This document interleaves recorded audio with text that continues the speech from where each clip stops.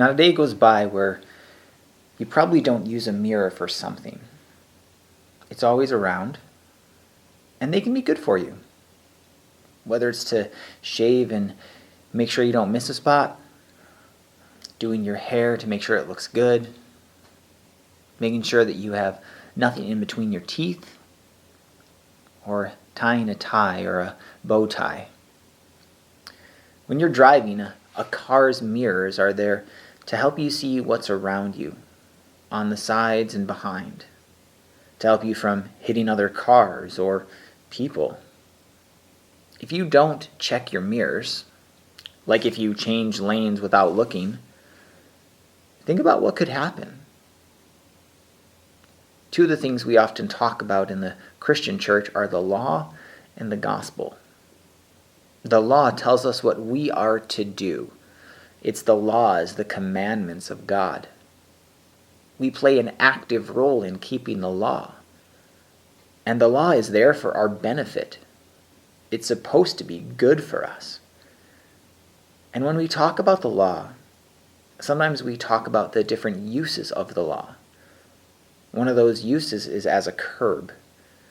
When you think about driving, the curb is there to help keep you in line, keep you safe, so that you don't drive up the sidewalks and take out a bunch of pedestrians. The mirror also shows us our reality. Though some objects may be closer than they appear.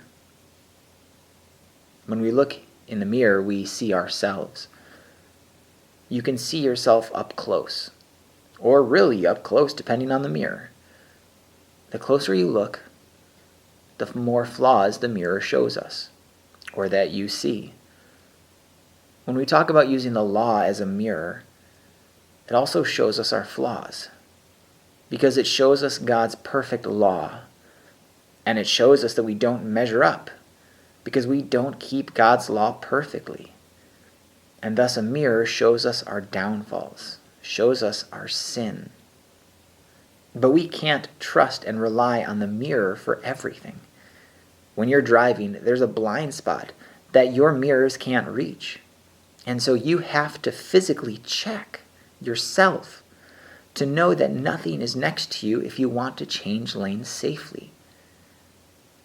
When you look at yourself in the mirror, you can't see yourself for how God sees you. That's because you're an imperfect, flawed individual. God doesn't see you as you see yourself. He sees you through the lens of Jesus' death and resurrection. He doesn't see you as worthless. He sees you as his most treasured possession.